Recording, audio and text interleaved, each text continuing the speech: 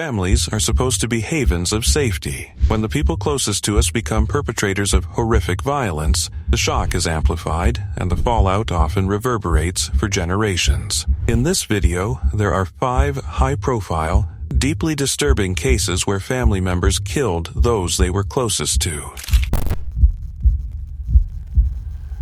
Sat down with Watts in January. That was 2 months after he pleaded guilty to killing his wife, Shannon, his daughters Bella and Cece, and his unborn son.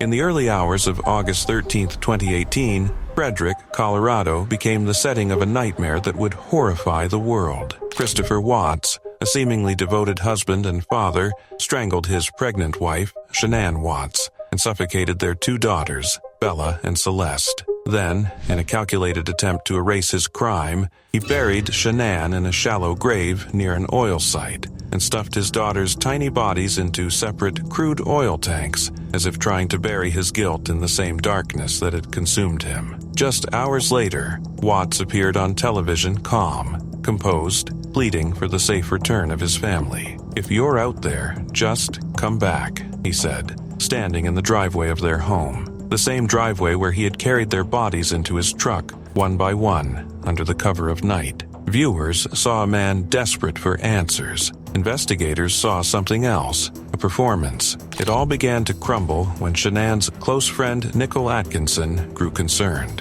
Shanann wasn't answering calls or texts, missed her doctor's appointment, and didn't show up to a business meeting. Atkinson called police and rushed to the Watts home, sensing something terribly wrong. When officers arrived, they found Shanann's purse, phone, and car still there, but no sign of the family. Even her wedding ring sat on the bedside table. Watts told police he didn't know where they were, that maybe Shanann had taken the kids and left. But neighbors weren't convinced. One neighbor's security camera caught something that would change the case forever. In the early morning darkness, Watts could be seen backing his truck into the garage and loading it before driving off. It was the bodies of his wife and children.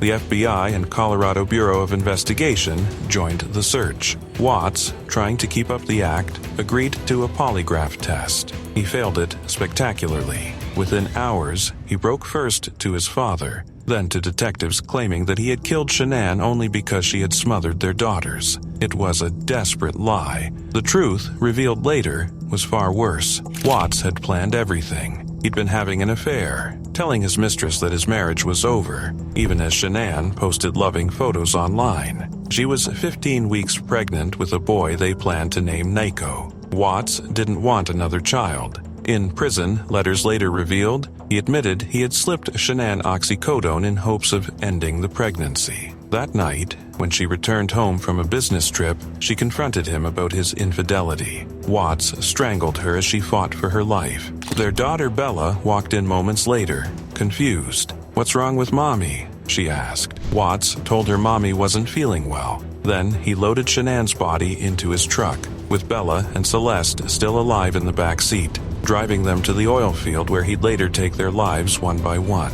The details that came out in court were gut-wrenching. Bella, the older sister, fought back, her last words pleading for her father to stop, but Watts showed no mercy. He smothered both girls and pushed their bodies through narrow oil tank hatches, leaving scratches on their skin from the metal edges. Shanann was buried in a shallow grave nearby. When the bodies were found, the world was stunned. On November 6, 2018, Watts pleaded guilty to multiple counts of first-degree murder. The death penalty was taken off the table at Shanann's parents' request. They didn't want another death on their conscience. He was sentenced to 5 life sentences without the possibility of parole, plus decades more for tampering with the bodies and killing the unborn child. Today, Watts serves his sentence at a maximum security prison in Wisconsin.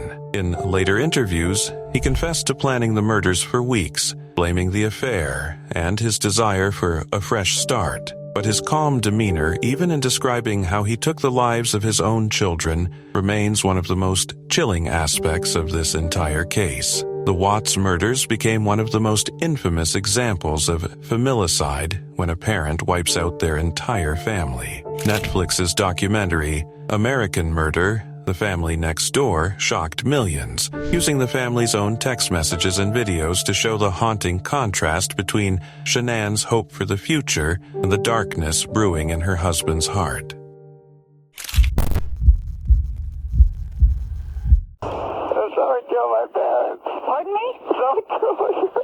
In August 1989, Beverly Hills police received a frantic call from Lyle Menendez. His voice shook as he cried, "Somebody killed my parents." Inside their luxurious mansion, officers found a horrifying scene. Jose and Kitty Menendez were slumped on the living room couch, both brutally shot with shotguns. The attack was so violent that Jose's head was nearly destroyed, and Kitty's body was riddled with bullets. It looked like a professional hit, cold, quick, and merciless. At first, the story made no sense. Jose was a rich entertainment executive, and the Menendez family lived a life most could only dream of. Lyle, 21, and Eric, 18, told police they had gone to the movies that night and returned to find their parents dead. Their tears seemed genuine, and detectives initially suspected a mob-related killing, given Jose's business connections. But as weeks passed, cracks began to form in the brothers' story.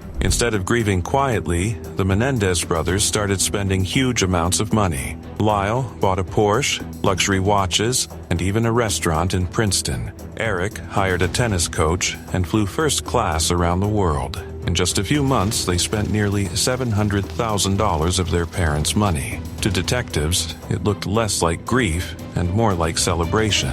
Still, there was no solid evidence linking them to the murders. That changed when Eric, racked by guilt, confessed to his psychologist, Dr. Jerome Oziel. He told the doctor everything about how he and Lyle had planned the killings, how they had bought the shotguns, and how they waited for the perfect moment. The confession could have stayed secret under doctor-patient privilege, but Oziel's girlfriend told police about it, fearing for her own safety. Soon, the brothers were arrested and charged with murder. When the trials began, America couldn't look away. The Menendez brothers sat side by side in court, their faces emotionless as prosecutors painted them as greedy killers who murdered their parents for money and control over the family fortune. But their defense told a different story, one that shocked the nation even more. Lyle and Eric claimed that they had endured years of sexual, emotional, and physical abuse at the hands of their father, Jose. They said their mother, Kitty, knew but did nothing to protect them. According to the defense, the murders weren't about greed, they were about survival. The brothers claimed they believed their father was about to kill them to keep his dark secrets hidden. The courtroom became a war zone of emotions. The brothers cried as they described the alleged abuse, while the prosecution accused them of manipulation and acting. The first two trials ended in mistrials because the juries couldn't agree. Some believed their story. Others thought they were cold-blooded killers. In 1996, during the third trial, the tide turned against them. The judge ruled that evidence about the alleged abuse would be limited, and prosecutors focused on their greed and spending habits. Both Lyle and Eric were found guilty of first-degree murder and sentenced to life in prison without the possibility of parole. It was a cold November morning in 1971 when something unimaginable unfolded inside a grand Victorian mansion in Westfield, New Jersey. Behind the quiet walls of Breeze Knoll, a man named John Emil List made a decision that would shock America for decades. He believed he wasn't destroying his family. He was saving their souls. John List was a deeply religious man, the kind who never missed church, who spoke softly and lived by order and discipline. To neighbors, he seemed polite, reserved, maybe even dull. But beneath that calm exterior, his life was crumbling. He had lost his job as a bank executive and was drowning in debt. His wife, Helen, was sick and struggling with alcoholism, and his teenage daughter, Patricia, dreamed of becoming an actress, something he saw as sinful. His two young sons, John Jr. and Frederick, were growing up in a world he believed was turning away from God. On November 9th, he decided there was only one way to fix everything. That morning, as his children left for school, List walked calmly into the kitchen where his wife sat. Without hesitation, he shot her in the back of the head. Then, he climbed the stairs to the attic apartment where his elderly mother lived and killed her too, a single bullet above her eye. He later told police he didn't want her to suffer just to go to heaven. When his daughter Patricia, 16, and his younger son Frederick, 13, returned home from school, he greeted them with the same horrifying calm. Each was shot execution style. Then List made himself lunch, cleaned up the blood, and went to his eldest son's soccer game as if nothing had happened. When he brought 15-year-old John Jr. home, the boy fought back, but List fired again and again until he stopped moving. He placed the bodies of his wife and children on sleeping bags in the mansion's ballroom, laid them neatly side by side, and left his mother's body upstairs. In a letter to his pastor, he explained that he couldn't let his family live in sin and humiliation. Killing them, he said, was his way of ensuring they reached heaven. He then turned down the thermostat, turned on religious music to echo through the empty halls, and disappeared. For almost a month, no one noticed the family was gone. List had written notes to the children's schools saying they'd gone to visit a sick relative. He stopped the mail, the milk, the newspapers, everything. But as days turned into weeks, neighbors started noticing something strange. The mansion's lights stayed on day and night, burning out one by one. When police finally entered through a window, the smell hit them first, then the sight.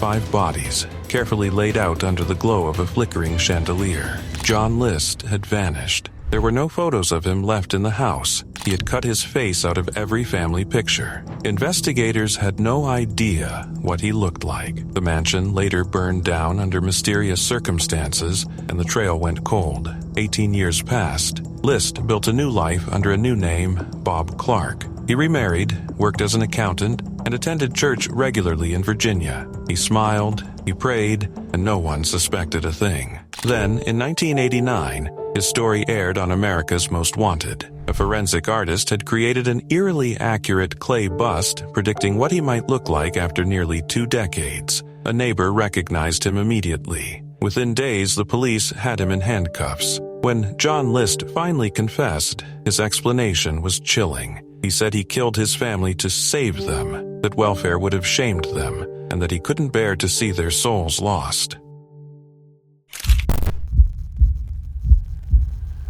What was your initial meeting with her like? I was retained to represent her, went down to see her, and I immediately recognized that there was a physical manifestation of a mental illness, if you will. It was June morning in 2001 when Houston police received one of the most haunting 911 calls in Texas history. On the other end of the line was Andrea Yates. She told the dispatcher she needed an officer. Her tone distant, almost detached. Minutes later, first responders entered the Yates home in the quiet suburb of Clear Lake City and were met with a nightmare that would shake the nation. 5 small children, all dead, drowned one by one in the family bathtub. Andrea Yates wasn't a stranger to despair. Born in Houston in 1964, she had been a brilliant, high-achieving student. By all accounts, she was driven and compassionate, the kind of person everyone thought had her life under control. But beneath that image was a lifelong struggle with mental illness. As a teenager, she battled depression and bulimia. And after marrying NASA engineer Rusty Yates in 1993, her quiet struggle grew into something darker, something no one around her truly understood. Andrea and Rusty shared a strict religious worldview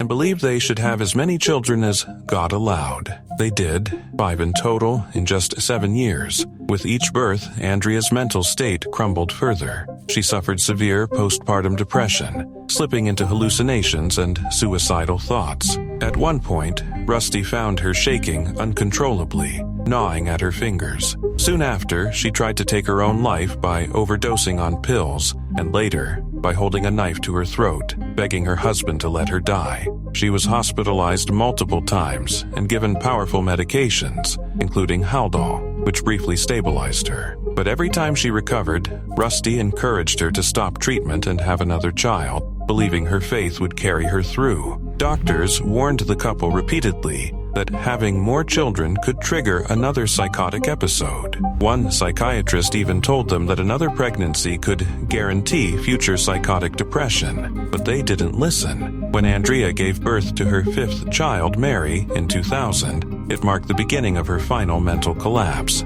After her father's death in March 2001, Andrea spiraled completely. She stopped eating, stopped taking her medication, and filled her days with frantic Bible reading and self-harm. Her psychiatrist, Dr. Mohammed Saeed, urged that she be supervised constantly, that she should never be left alone with her children. But on the morning of June 20th, 2001, Rusty Yates left for work as usual, confident his wife could manage for an hour before his mother arrived to help. That 1 hour changed everything. In the silence of their suburban home, Andrea filled the bathtub with water. One by one, she drowned her children, starting with Paul, then Luke, then John. She laid each of their bodies neatly on her bed. Then she drowned her baby daughter, Mary, leaving her floating in the tub. When her oldest son, Noah, walked in and saw what was happening, he ran. Andrea chased him, caught him, and held him under the water until he stopped moving. She later told doctors she believed she was saving their souls. She called 911. Then she called her husband and told him simply, "You need to come home." Her confession shocked America. During the trial, prosecutors called her a murderer, demanding the death penalty. But her lawyers argued she was insane, consumed by postpartum psychosis so severe she couldn't tell right from wrong. The courtroom became a battleground between morality and mental illness. In 2002, a jury convicted her of capital murder, sentencing her to life in prison. But when it was later revealed that one of the state's expert witnesses had lied on the stand, her conviction was overturned. In June 2007, Chris Benoit, a celebrated WWE superstar, killed his wife, Nancy, and their 7-year-old son, Daniel, before taking his own life. The discovery of what happened inside the Benoit family home in Fayetteville, Georgia, left the world stunned. A horrifying fall from grace for a man once admired by millions. For 3 days, the family's quiet suburban home concealed an unimaginable horror. On the night of June 22nd, Nancy was the first to die. She had been bound at her wrists and ankles, likely terrified and helpless. Investigators later found she'd been strangled in a violent and intimate act that spoke of rage and control. Her body was discovered wrapped in a blanket, with a Bible placed beside her. There were no signs of struggle, no sounds that alerted neighbors, just the chilling silence of a life brutally taken. The next morning, June 23rd, 7-year-old Daniel lay asleep in his room, unaware of the nightmare that had unfolded. Toxicology reports would later reveal that he had been sedated with Xanax, likely unconscious when his father ended his life. There were no bruises, no marks of struggle, only the eerie calm of a child who never woke up. Another Bible rested by his body, placed there by the same hands that had ended his young life. By June 24th, the once disciplined, respected athlete had descended into despair. In his home gym, surrounded by weights and reminders of his former glory, Chris Benoit took his own life. He used the cables of his workout machine to hang himself a chilling end to a weekend of unthinkable violence. When police arrived 2 days later, alerted by concerned colleagues after Benoit missed a WWE event, they walked into a home that had become a mausoleum. 3 bodies, 3 lives, no note, only questions that would haunt the world of wrestling forever. What drove Chris Benoit to such horror? In the aftermath, investigators and fans desperately searched for answers. Some pointed to years of head trauma. Benoit had endured countless blows to the skull, steel chair shots, and punishing matches that left him concussed over and over again. When doctors examined his brain, the results were staggering. His brain resembled that of an 85-year-old Alzheimer's patient. Severe chronic traumatic encephalopathy had destroyed his impulse control and emotional stability. Others pointed to steroid abuse, depression, and the immense pressure of maintaining his image as the Canadian crippler, a man who never showed weakness. But the signs of strain had been there long before. Nancy, herself a former wrestling valet known as Woman, had filed for divorce in 2003, citing abuse and threats, though she later withdrew the complaint. Friends noticed changes in Benoit's behavior in the years that followed: erratic moods, isolation, paranoia. Those closest to him recalled phone calls and messages that didn't sound like the man they once knew. Just before the tragedy, Benoit left a chilling message for fellow wrestler Chavo Guerrero, his voice distant and groggy. "I love you," he said, words that would later feel like a final goodbye. When the world learned what had happened, WWE canceled its scheduled show that night and aired a tribute. But as the grim details surfaced, the company swiftly erased Benoit's name from all future broadcasts. His matches, his championships, his legacy gone. It was as if he had been wiped from the sport's memory, a ghost that no one dared mention. Yet, even years later, the Benoit case continues to provoke reflection and heartbreak. Fans and wrestlers still struggle to separate the man they admired in the ring from the killer he became. It forced the wrestling world to confront its dark side, the toll of head injuries, the silence around mental health, and the hidden turmoil behind the spectacle of fame.